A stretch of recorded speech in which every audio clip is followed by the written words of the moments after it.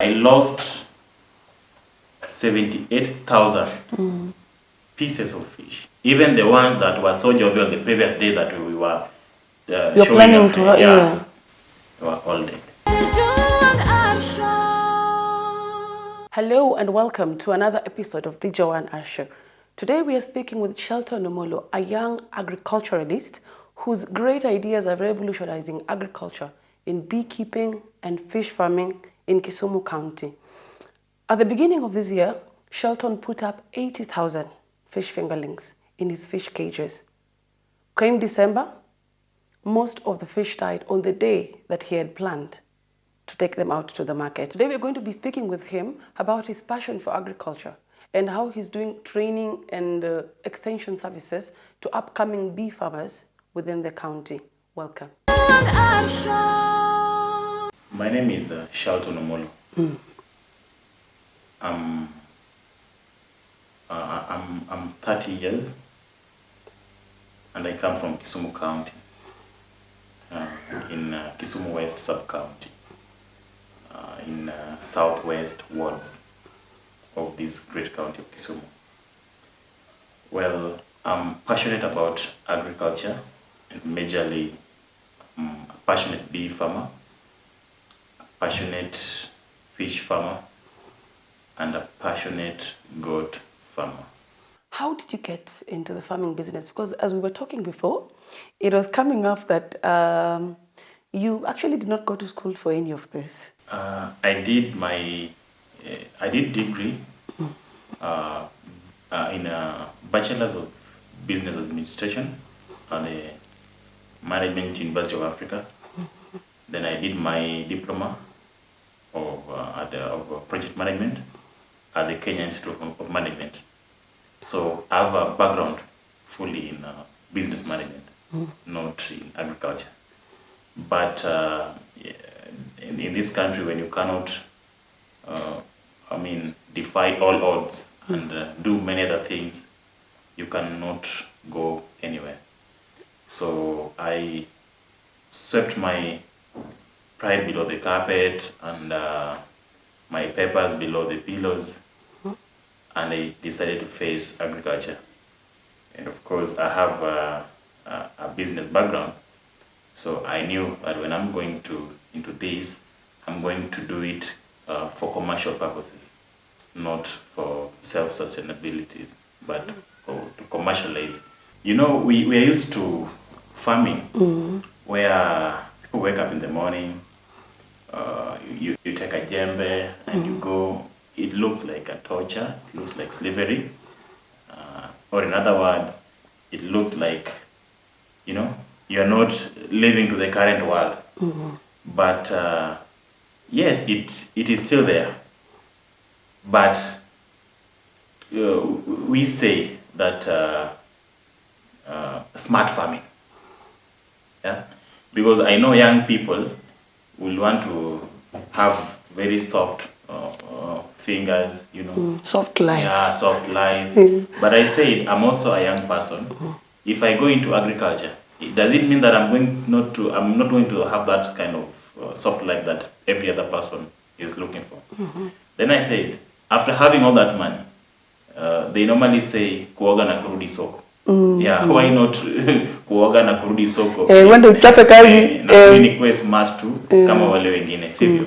Yes, so we have this kind of mentality that those people who are in agriculture or who are farmers, they are dirty people. They don't have money. They just stay in the village. They're not. They can't even book a flight. They're not driving. But that is a mentality that we are trying to change right now, so that we can have something that is called smart farming, farming that works, farming that can change people's lives. Yes. And it's interesting that you bring that up. I saw your Facebook and you go by the name Billionaire. The Billionaire. The Billionaire. I'm a bee, the bee farmer. The Billionaire. Yes. Or the Flamboyant Farmer. Flamboyant Farmer. A flamboyant person is someone who has a stylish way of doing his own things. Yes. That is why I tell you, we are trying to move away from that kind of old mentality where people only perceive farming to belong to the old, or those who stay in the village, those people who don't know where life is coming from and where life is heading to. But we are trying to move into an era where we can practice smart farming, farming that works, farming that can transform lives. Yes, that farming that can emancipate, people's lives. Not that you are a farmer, but your life remains the same. You cannot even buy yourself a toothbrush, That is so embarrassing. I'm proud to say, to introduce myself, like, I'm so and so, I'm a farmer, But people shy away from doing that. Yeah, they want to say I'm so and so, I'm an engineer. I have all those papers, but I kept them below, and I introduce myself as so and so, I'm a farmer. Yes, which so many young people cannot do. Yes, when somebody, I have a lot of clients who do a lot of referrals to other people. Like they say, you want to do this? Yes, I have so and so. He's doing this and he's perfect on this. Can you call him? So see, this guy is calling me and he doesn't know me because I've been referred to him, or he has been referred to me through a third party. Yeah, a third party. So he calls me and I introduce I'm so and so. I'm Shalton and I'm in farming. I'm in commercial agriculture. Then he begin looking at me like, oh, he's a farmer. So he wants to dictate what he wants to pay you. Me, I don't work like that. I set my standards. I set what I want to be paid. Because you know the quality. I know the quality of what I'm coming to do. I know that I'm a professional. I do my things professionally. I'm experienced. So people want to do that. Like they want to dictate what they give you. Unlike you stating what you want to be paid, because they call you a farmer, just a farmer, Yeah. At what point did it begin? Did you start with the fish or the bees or the goats? Where did it start? I first ventured into fish farming. Yes. And I practice the current or modernized way of fish farming called cage fish farming. Yes, I'm a cage fish farmer, where we rear fish in the lake through buoyant structures, the cages. So I began with fish, and I began with only one cage. Yeah, over a 6 by 6 by 4. That carries approximately how many fingerlings? 5,000. Okay. Yes, but it was not so easy. It was to carry 6,000, but I wanted to just buy 5,000 because that is what I could afford by that time. And I didn't even get that 5,000. I was conned, by the way. Yes, I was given 2,500. Yet I paid for 5,000. Yeah. So there are a lot of challenges in between. Starting off. The capital to invested, the cost of feeding, the time value, a lot of things that so many other people do not understand. Would you say when you started that there was enough information out there to support you as a young farmer? Not at all. Actually, when I ventured into farming the very first time, I used to work in Mombasa for MCT, Mombasa Container Terminal. Then all of a sudden, SGR came. Then SGR was bad. That was tragic. It swept everybody from employment. I think you can remember those days. Yes. Yeah. So I have a saving culture. I had saved up to about 300,000. So Joanne, I used to consume this money in Mombasa, the lovey-dovey life in Mombasa, thinking that I'll get another job tomorrow. Then days are just going. I realized when the money is about 180-something thousand, and consumed over 120,000. Close to half of the entire amount. Then I realized, no, I'm wasting time. I'm going back home. Then I went back home. So by that time, cage fish farming was not yet there in our area. It was there, yes, but not so much. But only Indians were the ones who were practicing cage farming. Indians, the Indian community. We have a lot of Indian community in our area, by the way. Who have employed a lot of people. Yeah, hundreds of people. So I said I want to try this. I didn't even know the measurements of cages, I didn't even know anything. Then I just bought my materials with this money, which wasn't enough though. I borrowed from many other people.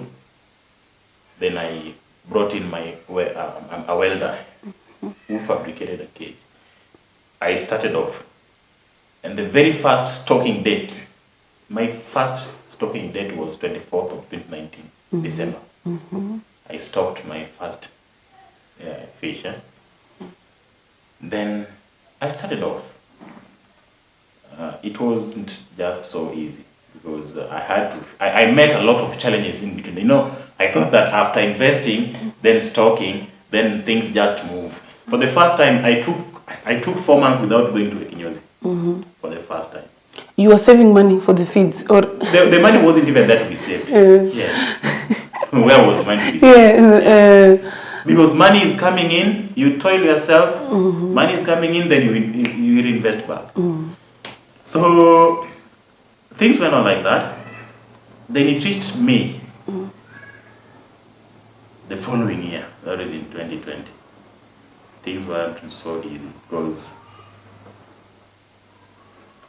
I did a premature harvesting before the fish could fully mature. Were you aware, or I was aware? Okay. But there was no money to feed them. Why keep them?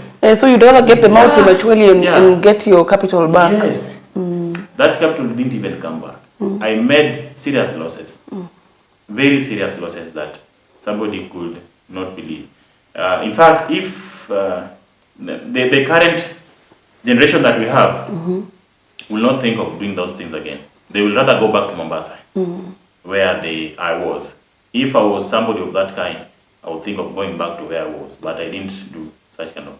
Because I was looking at it this way. I already have the cage. I have the structures or the infrastructures with me. I just to pick up. And also a bit of experience. Yes. Because usually when you're trying for the second time... I now know my mistakes, where I went wrong, what I did right, and what I should not do. Now, people saw potentiality.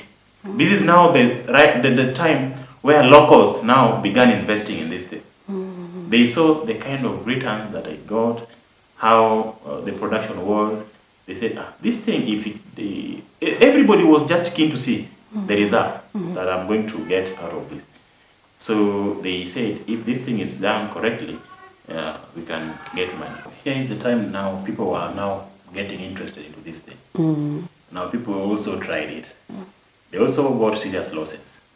But now I was going into the second step, making a second step, with my, having done the SWOT analysis.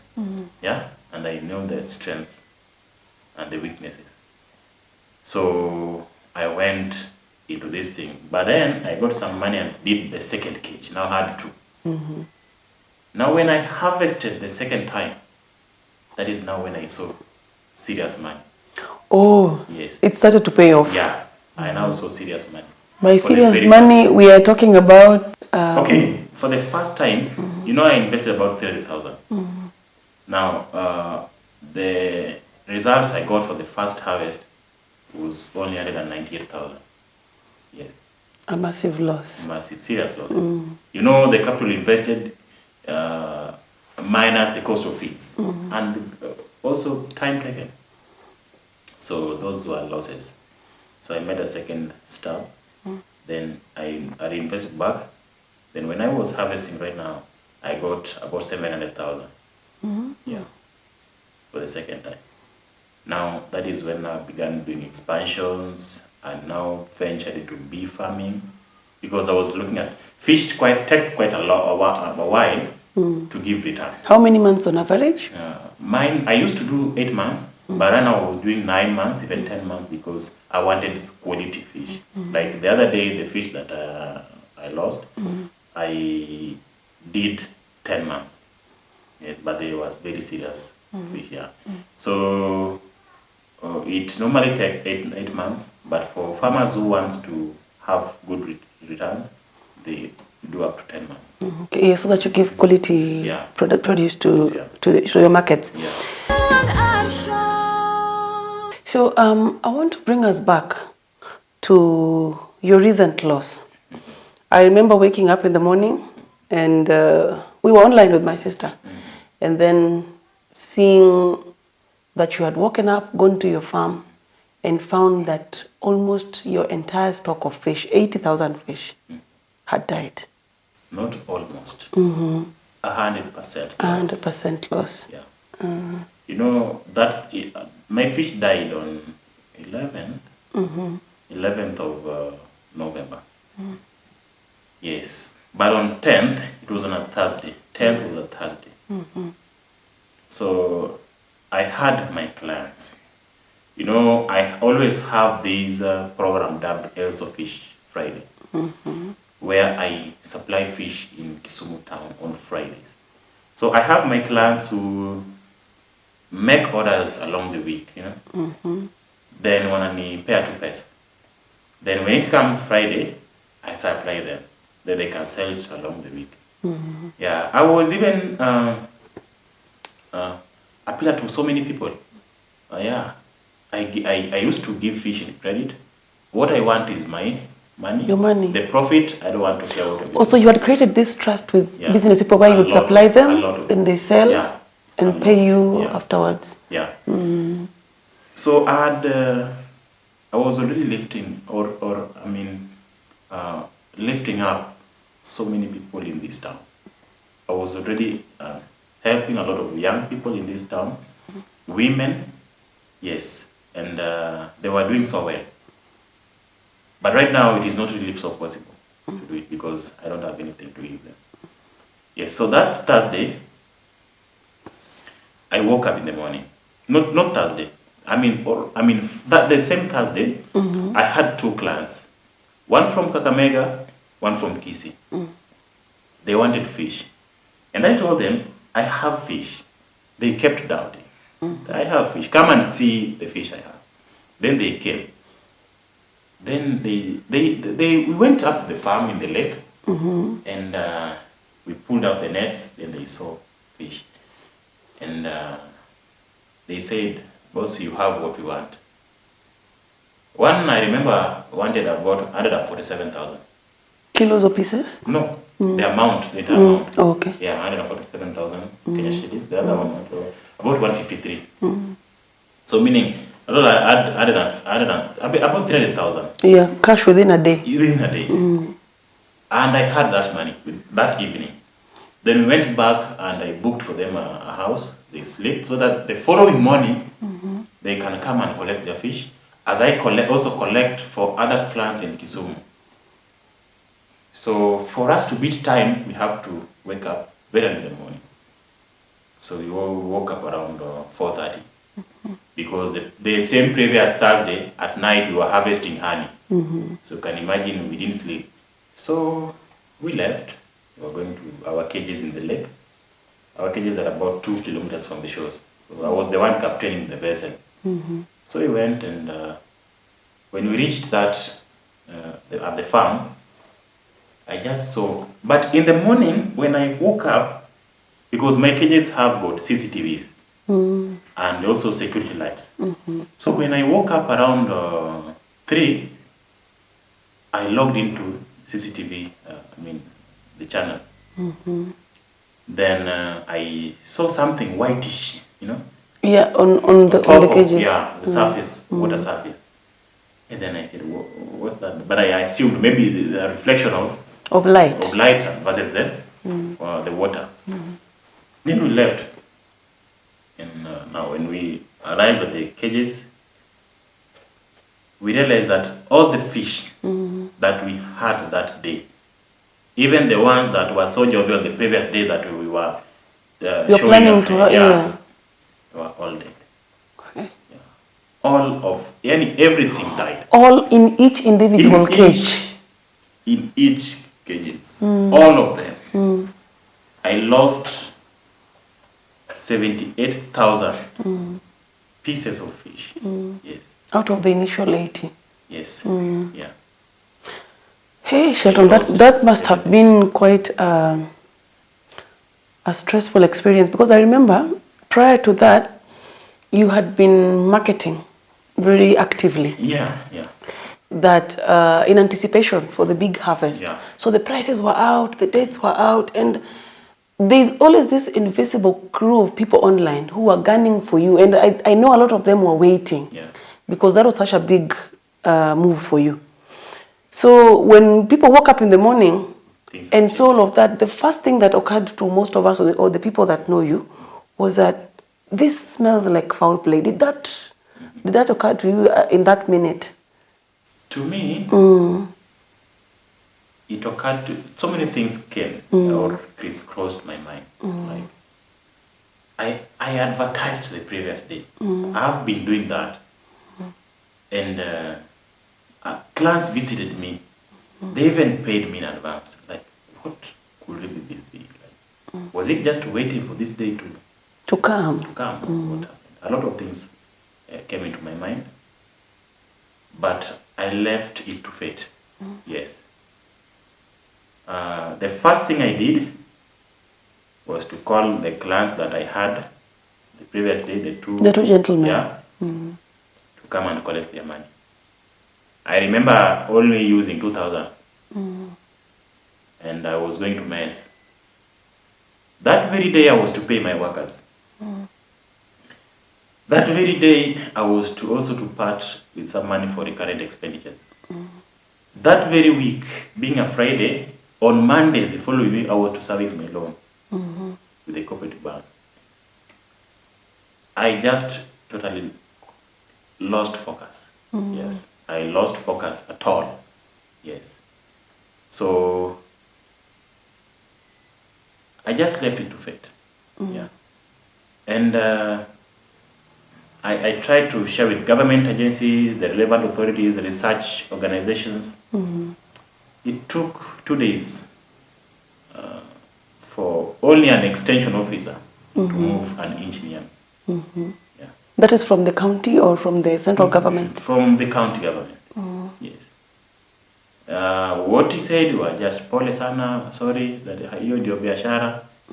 Then I also said yes, hiyo ndio biashara, and life went on. Yes.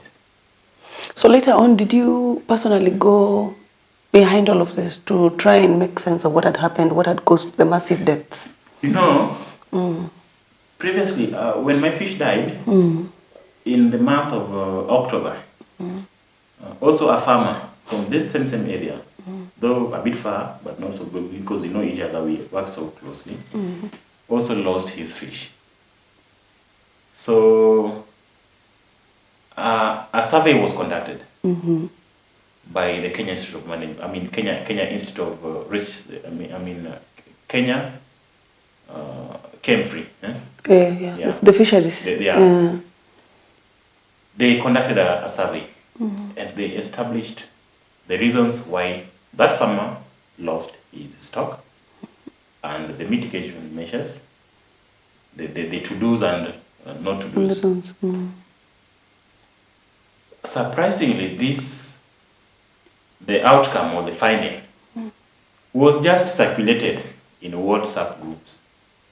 It was not publicly disseminated. It was not publicly shared. You know? So you can imagine the kind of governance that we have. Such kind of very serious information. Yeah, that would impact the earnings of so many farmers now that so many people have invested in the lake, as you speak.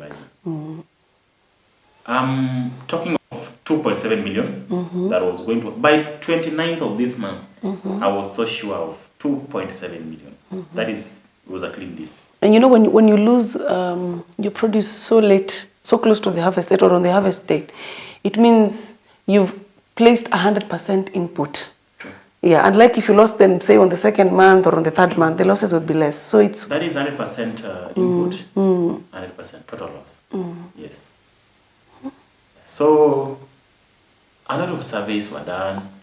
And remember, before I lost my fish here, you know, I had expanded my farm, even to Homa Bay. Okay. Yes. just previous week, yeah, I lost my fish in Homa Bay. Where in Homa Bay? I'm in Homa Bay, somewhere called Kamolo Beach. Yeah, in Kinu Bay. Yes, I lost my fish, 6-month-old. Lost everything there. Then I was working on a way of how to pull out from that place and to come back, get back my cages in Kisumu. All of a sudden, Kisumu also goes. I lost everything. Yes. So you can understand. And just recently I was investing, I was really doing expansion. And I lost everything. Yes. So it was just that tragic. It is quite tragic. So how are you picking up? Because there's a lot going on, Shalton. You're paying loans, you have people to pay that work for you. You have your own personal needs to take care of.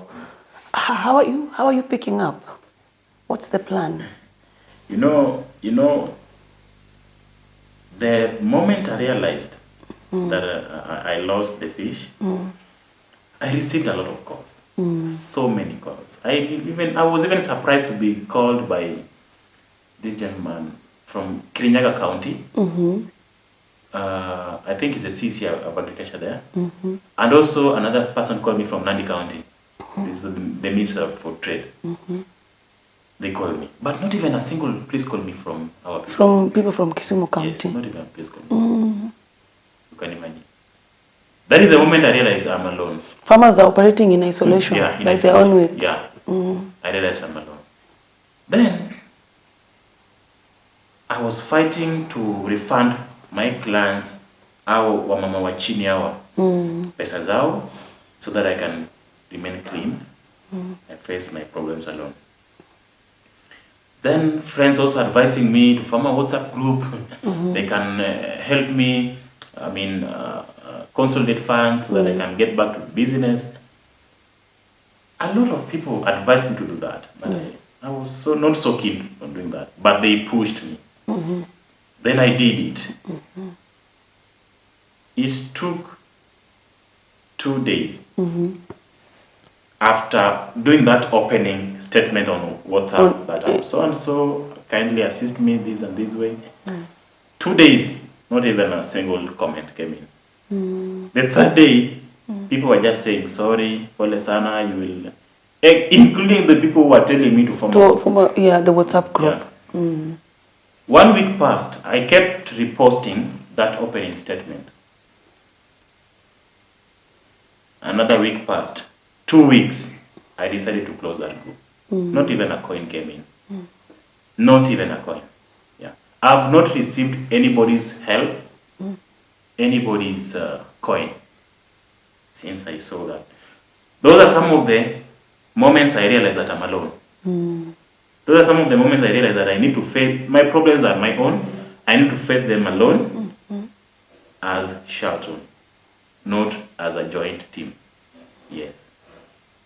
So right now, I have honey business. I have a bee farm that is really trying.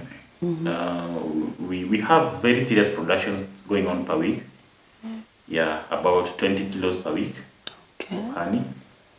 And I thank God it is doing so well. We also have our goat farm that is young. Our goat farm is very young. It's from this harvest of fish that I was intending to do invest some money into very it. Serious money into it. But it doesn't work so that way.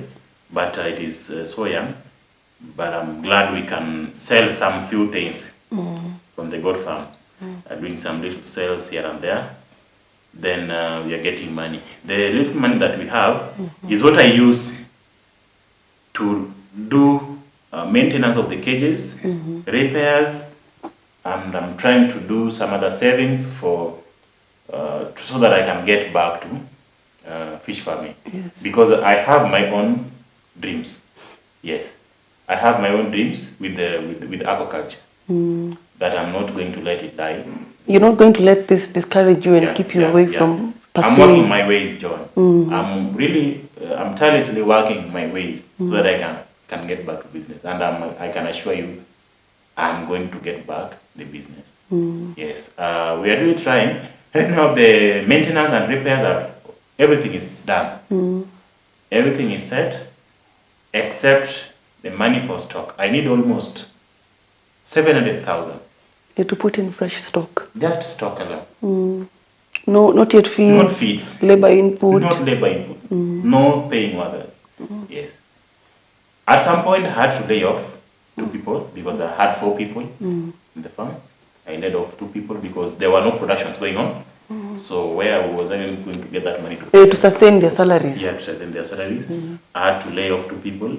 I've remained with 2 people. I'm also, with these 2 people, I'm still struggling even to pay them. Yes. So you can imagine. So I'm left with 2 people, and I can remember the day that fish died. The following day, one gentleman that is working with us, he asked me one question that almost made me shed tears. Sasa vile samaki mekufa, kuna kazi kweli?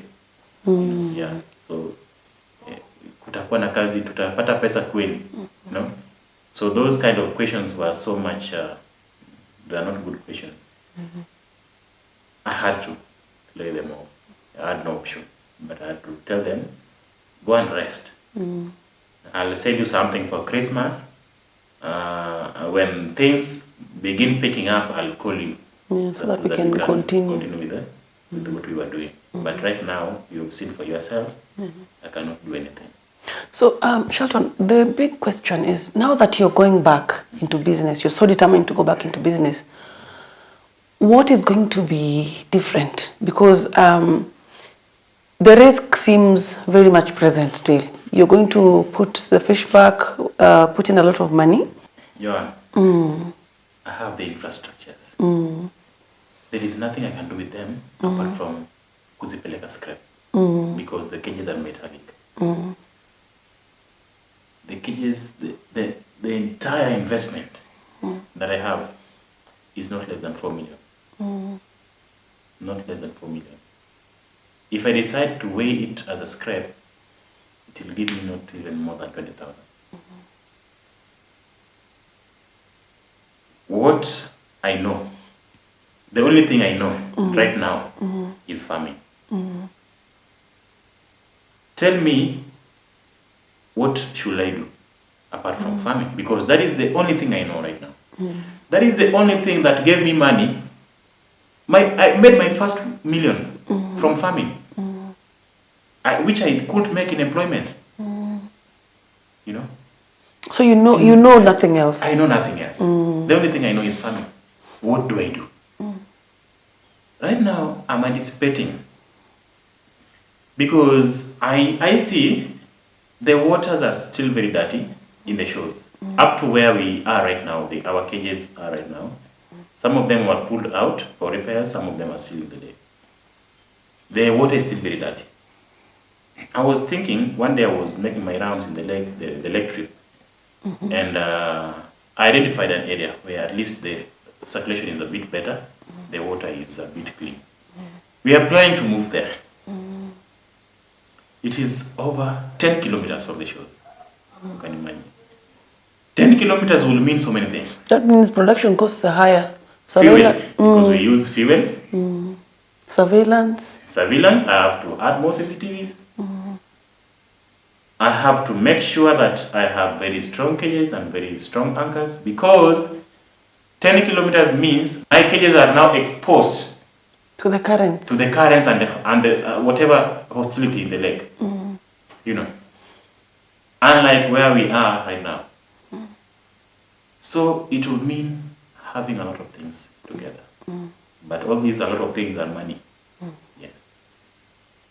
But one thing that I can tell you, right now, 3 years down the line, I know nothing except farming. So that is what I'm going to do again. And you're going to give it another go. Another go. Yeah. What a great display of a strong will and passion from an impressive young gentleman. Until next time, goodbye.